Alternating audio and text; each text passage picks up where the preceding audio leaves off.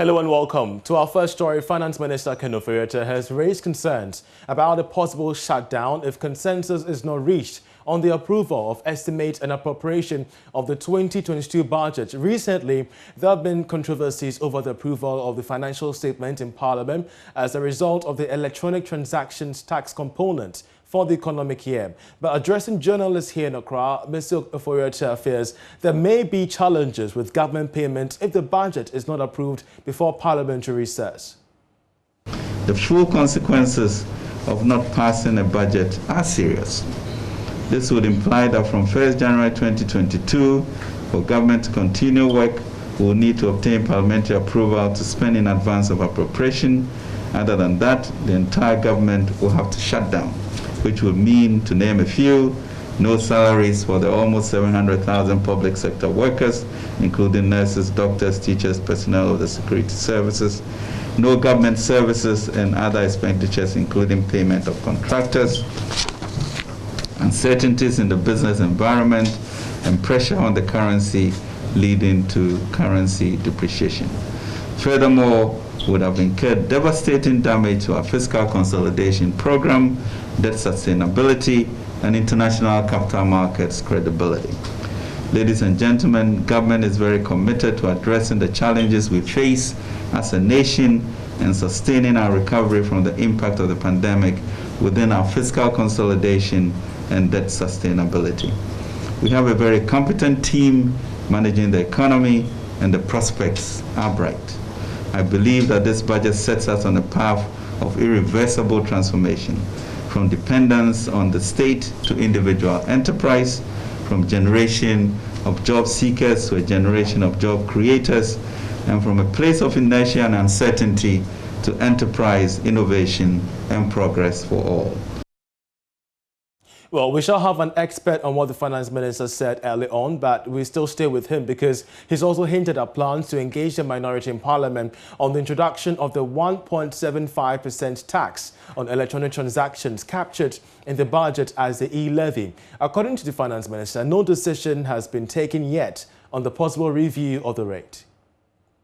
Only 45,109 entities are registered as corporate taxpayers, while 54,364 persons are registered as self-employed taxpayers at the Ghana Revenue Authority.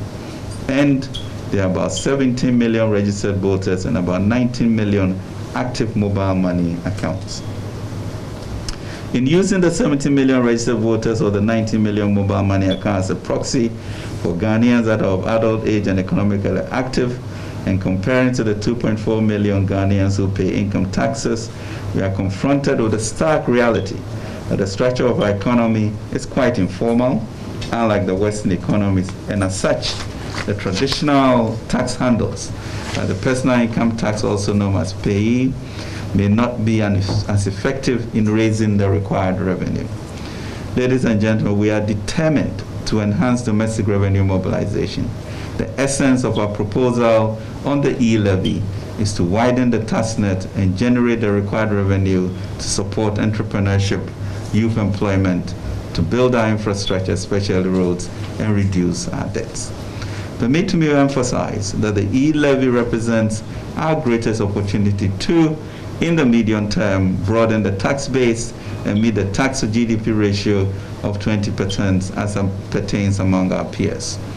To lessen the impact of the e-levy on consumers and subscribers, especially the more vulnerable, we shall work with all stakeholders, including the techos, to ensure that we respond to the needs of the people. We're joined via Zoom by Head of Finance at the Valley View University, Dr. William Seprab. We're grateful, Dr. you could join us. What do you make of the minister's admission that the country may experience a shutdown economically if the consensus is not reached? Good evening, and thank you very much for calling me. I think that we spoke somewhere last week, and I gave the indication that if we don't have cooperation, collaboration, and consultation on this issue of the budget, as the minister has affirmed, we may have a total shutdown of our economy. And his assertion is very true. He has highlighted areas where this can happen. And he mentioned, for instance, non-payment of salaries, a major impact on the currency, where there will be a major devaluation of our cedi, and which will cripple what we as a country have been planning to do based on our economic strategy. And so it is a time that both parties in parliament must have collaboration. They must consult and they must cooperate so that we get our country running. We cannot go into 2022 without a budget being passed. Though the minister will have the power to go for a plan in advance for, say, a maximum of 3 months, but this issue, if it's not resolved, is going to cause a major catastrophe to us as a nation. I'm sure this has not been the first time in history when this happened. We saw a glimpse of it, how the economy trembled, and we don't want it to be repeated again in 2022. Great. We do know that the elephant in the room is the 1.75 electronic, levy in that nature. The minority in parliament is strictly against it, saying that they're going to reject it at whatever cost. The finance minister has given the argument that Ghana's tax to GDP remains so low as compared to our peers in the sub-region. But if you're to leverage on both sides of the divide, how can we strike a balance to ensure that even as we're exploring ways of, roping in more into the tax net, we're not really overburdening the already burdened? Okay, so I am going to make some analysis of what the minister said, then I'll add it onto compare it to what the minority are saying. You see, the minister made a case saying that in Ghana, 12.2% is our tax revenue to GDP. And this 12.2% to tax revenue in GDP is only paid by 2.4 million Ghanaians.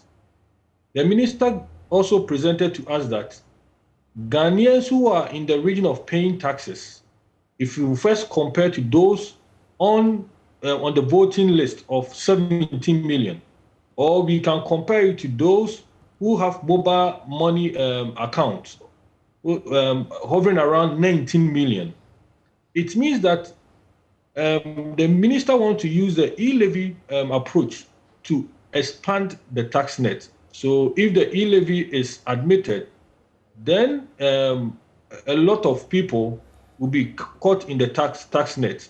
So instead of having the 2.4 million people paying taxes, now we may have roughly 19 million people paying taxes. Sure. I am having an indication that government may exonerate or take away the electronic transactions on banks and bank transfers and remittances. Because when you listen to the minister, in the speech he read, he only focused on the telcos. So it gives me an indication that government, in the collaborative and discussion with the minority, will be only focusing on the telcos. That is why the finance minister was telling the telcos that they should also help so that we have a reduction. So this is a signal that the minister is giving that probably they will concede and remove the e-transactions or electronic transaction in bank transfers and remittances. And it is a way going to meet the minority. As to the percentage, government must justify to the minority, I'm sure they will ask, that tell us, what can you do with the 1.75? Probably you need to reduce it so that it reduces the tax burden on the Momo transactions. Or government must have to increase the bracket. People will be exempted in paying the Momo transactions. Great. Dr. Williams, we're grateful for your analysis there. And of course, we do know that Parliament will resume tomorrow. So we shall follow discussions closely and, of course, reach for your analysis as and when we do need you. But for the meantime, we're grateful for your analysis on this development regarding the Finance Minister's just ended press conference on some revisions to the 2022 budget. To other development story, President Akufo-Addo may meet leadership of transport unions as well as relevant stakeholders over the indefinite strike held earlier today, which rendered thousands of passengers stranded. The transport operators are demanding a scrap on some levies on petroleum products early on the marketplace. The Executive Secretary of COPEC, Duncan Amwa, placed the blame at the doorstep of the Finance Minister for showing bad faith over his failure to consider calls for a review in the tax build-up of petroleum products. Take a listen to him. As we speak, government is also taking out crude for export. And so anytime you talk of crude being 70, being 80, those are revenues that we are discussing for government. Once crude goes up, it would eventually trickle down to the price of finished products. The finished products also go up, and then the pump prices follow. So we say that because you are an oil-producing country, there is a formula that we have even devised, a copy of which has been submitted with the NPA, the Energy Ministry, and Finance Ministry. The formula says that if crude prices move up to a certain point, you ease the taxes to a point. If it decelerates or goes down, you also enforce the taxes. Then we did the revenue assurance numbers also to the side to demonstrate that reducing these taxes. And of course, we're following closely that crucial engagement between the President and stakeholders of the transport operators to give you updates as and when we do have them. But as it stands now, the news is out there.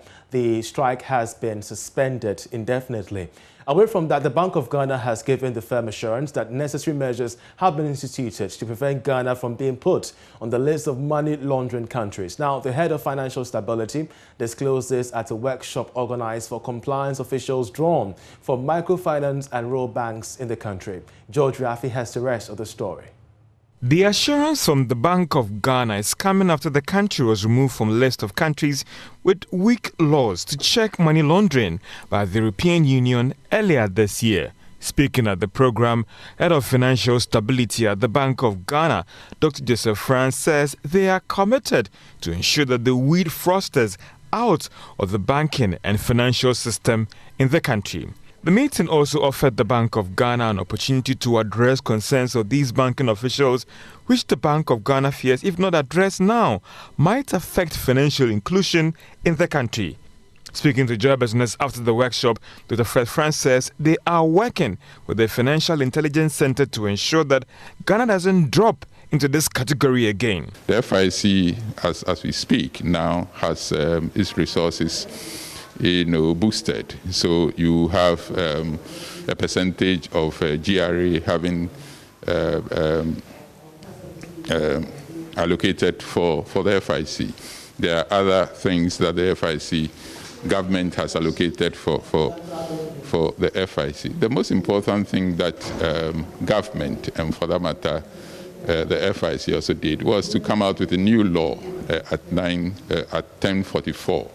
The new law addressed most of the gaps with the NPOs, non-profit organizations, the gaps with registering of persons who are the NGOs, for instance, the gaps with the DNFBPs, designated non-businesses and professionals, like the lawyers, the accountants, and other stakeholders who are so involved in registering or participating in getting businesses licensed and so on.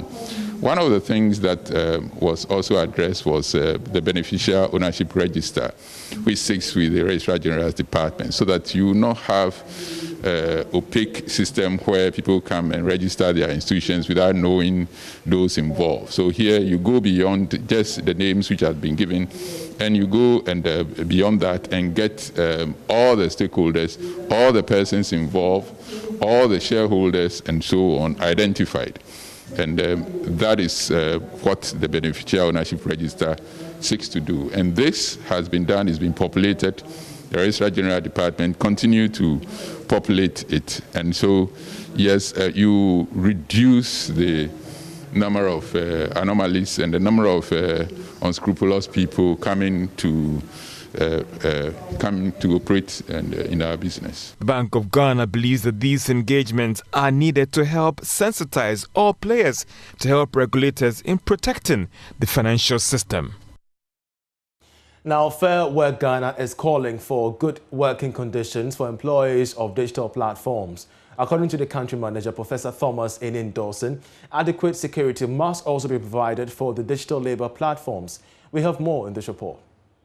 The Fair Work Ghana 2021 report evaluates the working conditions of 10 digital labor platforms against 5 global principles of fair work.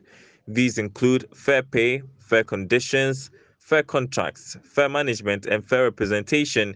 Here's country manager for Fair Work Ghana project, Professor Thomas Enin Dawson.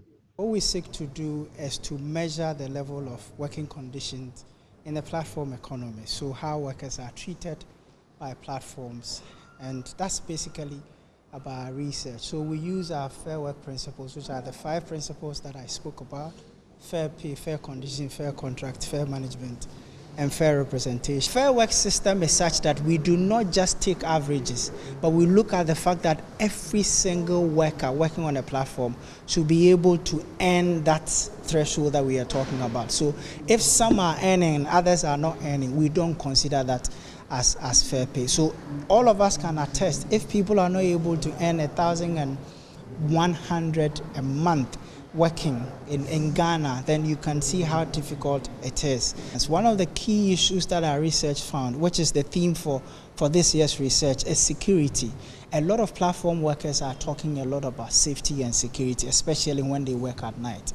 We want to see platforms do something about it. Member of Parliament for Abetifi constituency and Minister of State at the Interior Ministry, Brian Echampon, said there is the need to expand the digital economy to support other sectors of the economy, curtail the rate of unemployment in the country. He also called for better living standards for workers of these digital platforms.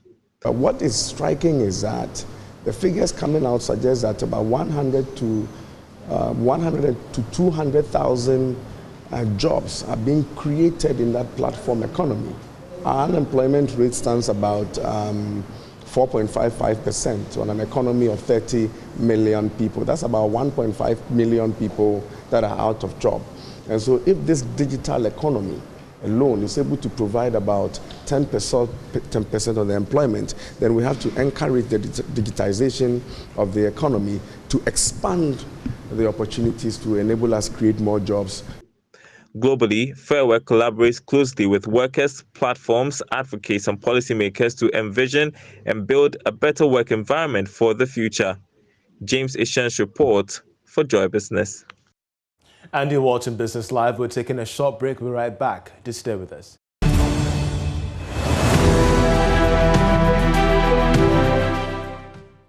Now, drivers who operate bulk road vehicles, also known as tankers, are skeptical. And fair cylinder recirculation model will worsen the situation in the sector, which is fraught with challenges. Their group drivers last week wanted to lay down their tools over misgivings about the CRM, but suspended the action after government called for a meeting subsequently. In an interview at Tema, the chairman of the Ghana National Petroleum Tanker Drivers Union, George Nyenu, says the CRM will dominate discussions at the meeting. Correspondent Kwame Yankam has been following this situation and gives us this report. The tanker drivers over the last few years have kicked against implementation of cylinder recirculation model, citing negative impact on gas retail and livelihood.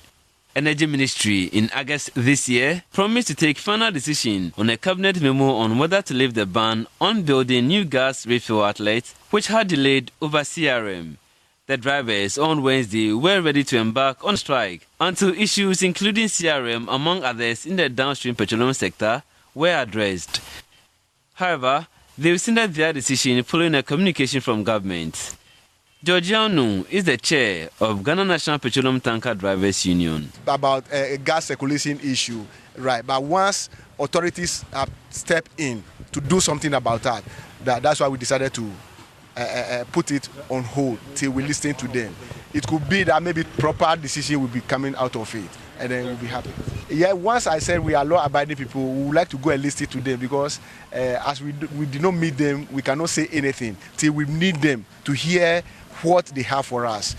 We tanker drivers, as you can see, we are law-abiding people, and we respect authorities very well. So once we are working with MPA, energy, and then the authorities, yes, we put our challenges before them. So quickly they respond to it, and it's on their table to address it. Yeah, they started addressing it. So once they started addressing it, they talked to us. So we decided that we need to suspend it. We were called to come and have a meeting with them. Joy Business is keeping its fingers crossed and will update viewers on outcome of the meeting. Now, AngloGold supports KCCR for research into breast and prostate cancer. The Kumasi Center for Collaborative Research is therefore assessing funding support from AngloGold Ashanti to aid in breast and prostate cancer research. Employees and contractors of the mining giants collaborated to undertake a fundraising to raise over 37,000 Ghana cedis to the KCCR. We have more in this report. AngloGold Ashanti has organized a series of prostate and breast cancer awareness campaigns in the month of October in the Obuasi municipality. The fundraising activity to support research at KCCR was to crown the Cancer Awareness Month.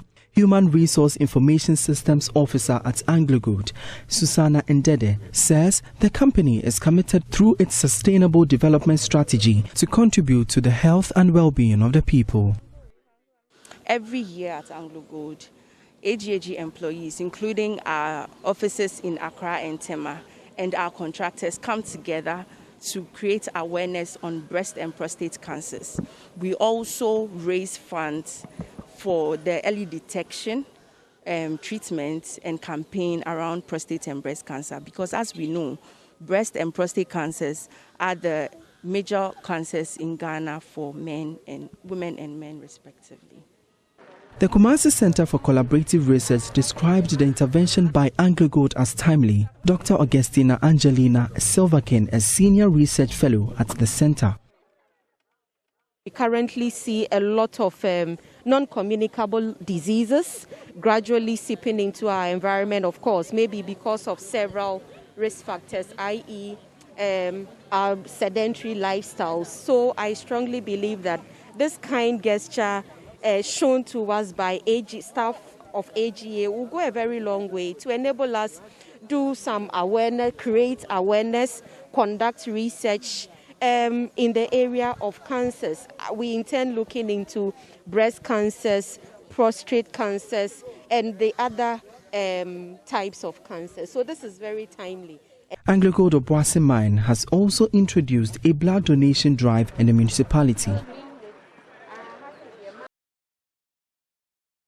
And on that note, we end this edition of Business Live. For more news, please log on to myjoyonline.com. I'm Charles Ayete. Many thanks for watching and enjoy the rest of our programs.